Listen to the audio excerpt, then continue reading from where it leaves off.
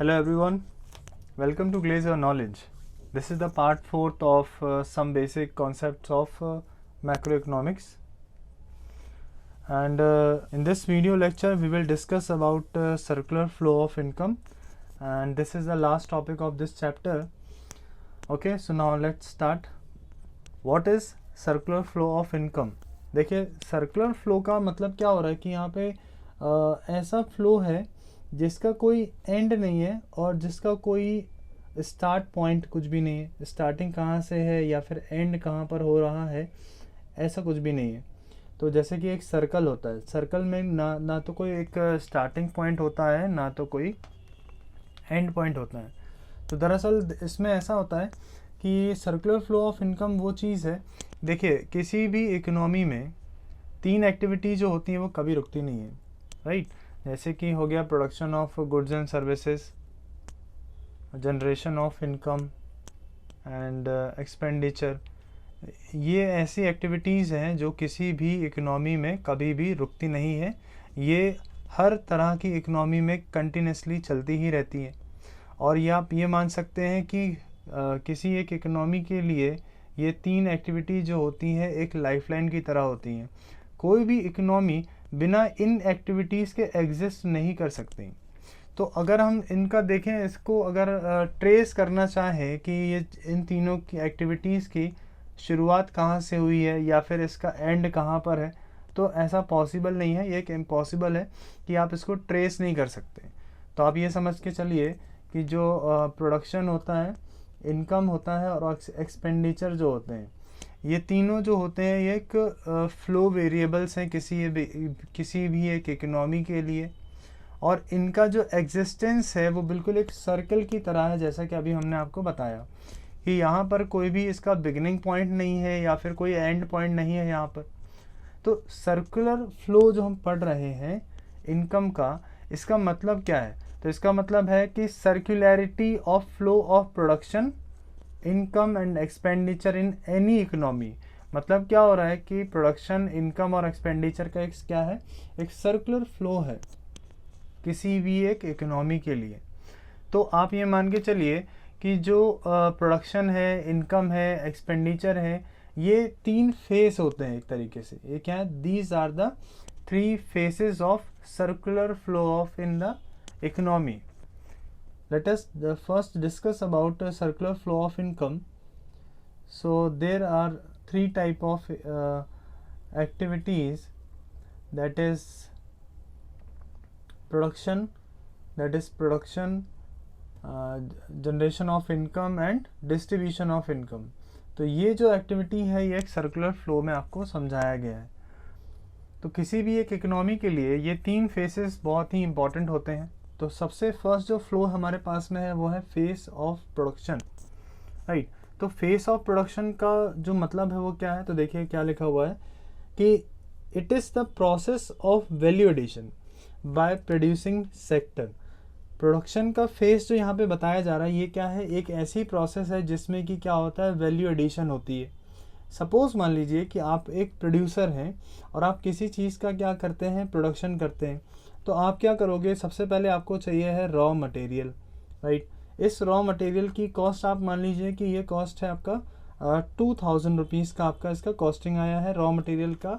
और जब आप इससे फिनिश्ड गुड्स तैयार करेंगे तो इसकी कॉस्टिंग हो जाएगी मान लीजिए 5000 रुपीज़। तो यहाँ पर क्या हो गया? यहाँ पर एक वैल्यू एडिशन हुआ है, राइट।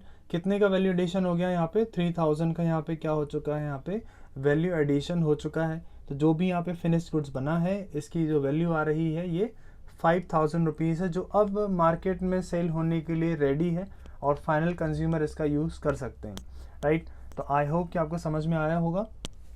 तो देखिए क्या होता है कि जो भी प्रोड्यूसिंग सेक्टर्स होते हैं, इसके आगे हम थोड़ा सा समझेंगे कि जो भी क्या होते हैं प्रोड्यूसिंग सेक्टर्स होते हैं वो क्या करते हैं, फैक्टर ऑफ प्रोडक्शन जो होता है उसको क्या करते हैं, हायर करते हैं।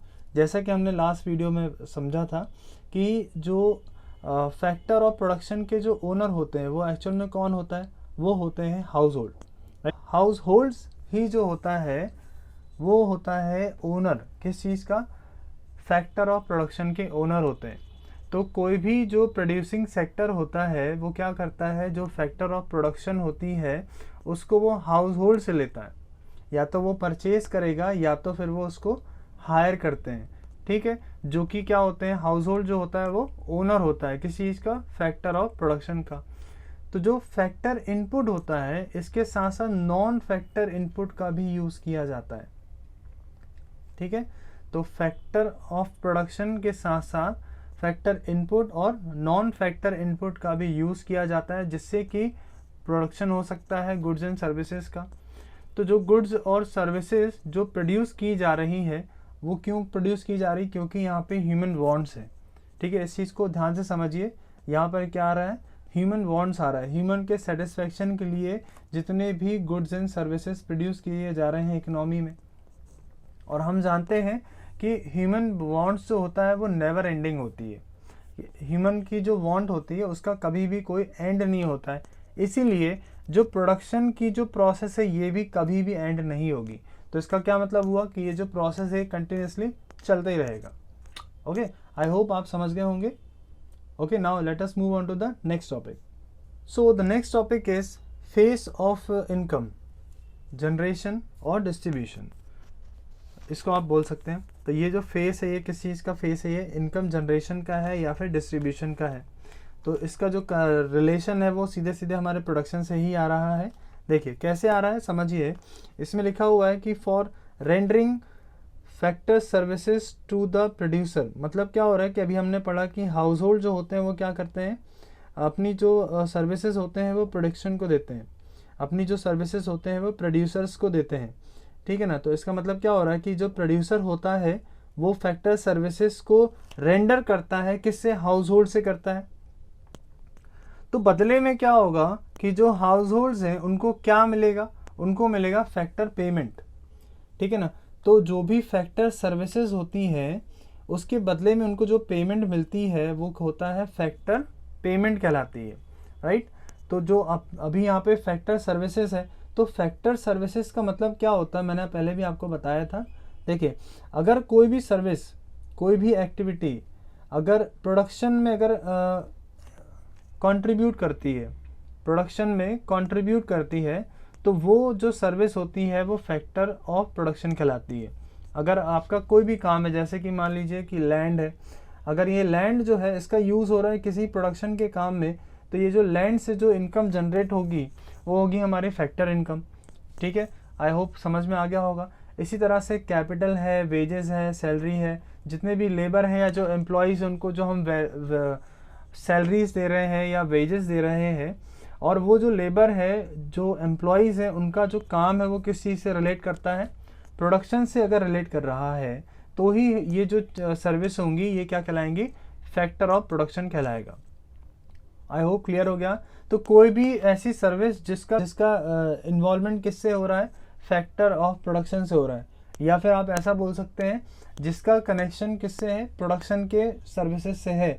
यदि वो काम प्रोडक्शन में कर रहा है, प्रोडक्शन यूनिट में जा रहा है, इसका मतलब है कि वो कौन सी सर्विस प्रोवाइड करता है, फैक्टर ऑफ प्रोडक्शन की सर्विस प्रोवाइड करता है, राइट। तो ये जो सर्विसेज होती हैं ये जनरली कहाँ से ली जाती हैं, हाउस होल्ड से ली जाती हैं, प्रोड्यूसर के थ्रू। और प्रोड्यूसर्स क्या करते हैं, इसके बदले में हाउस होल्ड्स को देते हैं इनकी पेमेंट, ठीक है। तो उसके रिटर्न में जो पेमेंट इनको मिलती है हाउस होल्ड्स को, ये कहलाती हैं फैक्टर पेमेंट कहलाती है। आई होप आप समझ गए होंगे। तो ये सब क्या होता है, इनको बोलते हैं फैक्टर इनकम कहा जाता है। तो ये जो फेज 2 जो हम पढ़ रहे हैं सर्कुलर फ्लो में, यहाँ पर जनरेशन होता है इनकम का। मतलब जो हमने फर्स्ट जो फेज पढ़ा है उसमें हमने देखा है कि यहाँ पे क्या होता है, वैल्यू एडिशन होता है फर्स्ट फेज में, और यहाँ पर आके हम देखेंगे सेकंड फेज में, तो इन्हीं वैल्यू एडिशन का कन्वर्जन होता है किसमें, फैक्टर इनकम में कन्वर्जन यहाँ पे होता है। तो ये भी क्या है, ये भी एक नेवर एंडिंग प्रोसेस है। क्योंकि यहाँ पर अभी अपन ने देखा कि जो प्रोडक्शन होता है वो कभी भी रुकने वाला नहीं है। तो प्रोडक्शन किसके हेल्प से होगा, हाउस होल्ड के हेल्प से होगा। और अगर हाउस होल्ड काम कर रहे हैं तो उनको क्या मिलेगी, उनको पेमेंट मिलेगी। तो यहाँ पे इनकम भी जो होगी वो जनरेट होती ही रहेगी एक इकोनॉमी के अंदर। Let us move on to the third phase. Third phase क्या है, फेसेस ऑफ डिपोजिशन और एक्सपेंडिचर। अब यहाँ पर एक फेस आ रहा है, इसको ध्यान से समझिए। देखिए सेकंड फेस में क्या हुआ कि इनकम जनरेट हो गई है। तो अब आप सोचिए कि जो इनकम यहाँ पे अर्न की गई है बाय द हाउस होल्ड्स, ये इनकम जाती कहाँ होगी? तो ऑब्वियस सी बात है कि जो भी फाइनल गुड्स और जो सर्विसेज प्रोड्यूस की गई हैं, इन्हीं गुड्स और सर्विसेज को परचेज करने में इनकी जो इनकम है वो खर्च हो रही है। ओके, क्लियर हो गया? अब जब कभी भी एक हाउस होल्ड, ध्यान से समझिए, जब कभी भी एक हाउस होल्ड किसी फाइनल गुड्स को खरीदता है या सर्विसेज को खरीदता है, तो ये चीज़ क्या कहला जाता है? ये एक्सपेंडिचर कहलाएगा कंजम्पशन एक्सपेंडिचर। क्योंकि अगर हाउस होल्ड खरीद रहा है किसी भी फाइनल गुड्स या सर्विस को, तो वो अपने ही ऊपर उसको कंज्यूम करने वाला है। वहीं पे सेकेंड हम पार्ट में देख सकते हैं कि अगर यही फाइनल गुड्स या सर्विस एक प्रोड्यूसर खरीद रहा है, तो यहाँ पर जो एक्सपेंडिचर हुआ है वो इन्वेस्टमेंट एक्सपेंडिचर है। तो या तो आप क्या करते हो, कंजम्पशन एक्सपेंडिचर करते हो, या तो आप क्या करते हो, इन्वेस्टमेंट एक्सपेंडिचर करोगे। तो ये जो प्रोसेस है, ये जो पूरी स्टोरी जो हम पढ़ रहे हैं, ये कभी भी रुकने वाली नहीं है। क्योंकि एक इकोनॉमी में अगर इनकम का जनरेशन होगा तो वहाँ पे एक्सपेंडिचर भी होंगे ही होंगे। ओके, सो दैट्स वाई कि यहाँ पर ये जो प्रोसेस होगी ये कभी भी रुकेगी नहीं। So there is a non stop flow of production of goods and services, generation of income and disposition of income. तो ये जो प्रोसेस है ये हमेशा क्या होंगी, ये तीनों फेसेस जो है वो हमेशा क्या होंगे, चलते ही रहने वाले हैं।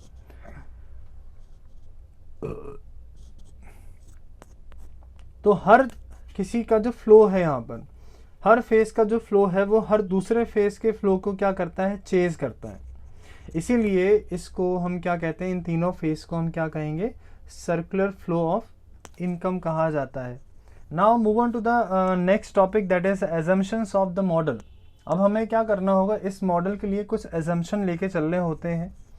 जैसे कि फर्स्ट एजम्पशन हमें क्या लेना होगा, there are only two sector of the economy, that is households and producer. ये मान के चलना होगा कि एक इकोनॉमी के अंदर दो ही सेक्टर होते हैं, वो कौन कौन से हैं, हाउस होल्ड है और प्रोड्यूसर है। ठीक है, दूसरा क्या कंसीडर करना है हमको कि जो हाउस होल्ड है, household spend their entire income and there is no savings. आपको ये मान के चलना है कि हाउस होल्ड जो है अपना पूरा जो पैसा है वो किस में खर्च कर देते हैं, चीज़ों को परचेज करने में खर्च कर देते हैं, गुड्स को और सर्विसेज को परचेज करने में पूरा पैसा जो है वो खर्च कर देते हैं। इसीलिए इनके पास में कोई भी सेविंग्स नहीं होती है, ये मान के चलना है आपको। Third is economy is a closed economy. इसका मतलब क्या होगा कि यहाँ पर हम कोई भी इम्पोर्ट और एक्सपोर्ट नहीं कर रहे हैं। तो जब हम इम्पोर्ट एंड एक्सपोर्ट नहीं करते हैं तो वो एक क्लोज्ड इकोनॉमी होती है। और the last one is no government in the domestic economy. ठीक है ना, तो ये चारों एजम्पशन जब हम लेके चलेंगे तभी जाके सर्कुलर फ्लो हमारा कंप्लीट हो पाएगा। तो देखिए इससे क्या सिग्निफिकेंस बनता है, सर्कुलर फ्लो ऑफ इनकम से क्या सिग्निफिकेंस फॉर्म होगा।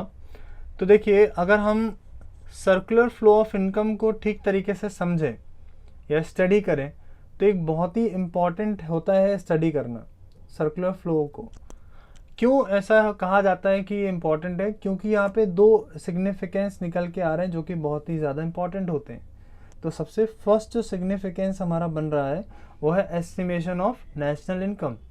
देखिए हम इसी सर्कुलर फ्लो की वजह से ही हम क्या कर सकते हैं, नेशनल इनकम को एस्टिमेट कर सकते हैं। तो सर्कुलर फ्लो ऑफ मॉडल जो हम पढ़ रहे हैं, ये मॉडल जो होता है ये फैसिलिटेट करता है ताकि आप क्या कर सको, नेशनल इनकम को एस्टिमेट कर सको।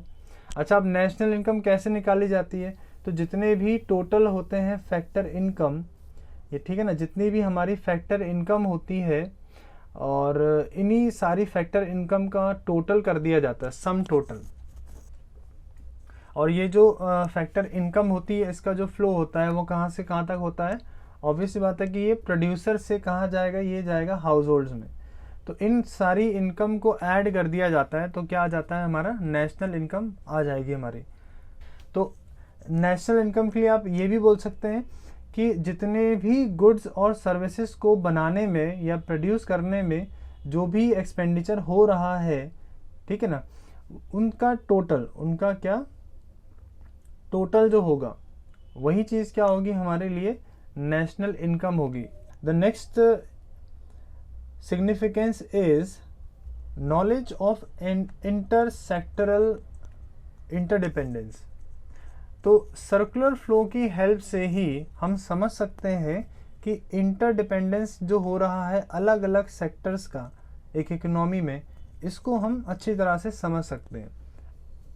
क्योंकि हम जानते हैं कि जो कंज्यूमर होता है, ठीक है ना, जो कंज्यूमर होता है वो डिपेंड करता है प्रोड्यूसर पे, और जो प्रोड्यूसर होता है वो भी डिपेंड करता है कंज्यूमर पे। तो इस तरह का जो फ्लो है ये हमेशा चलता ही रहेगा। Okay, so this is complete our entire chapter. Video अच्छा लग रहा है, समझ में आ रहा है, तो इस वीडियो को आप लाइक, शेयर और चैनल को ज़रूर सब्सक्राइब करिए। Thank you.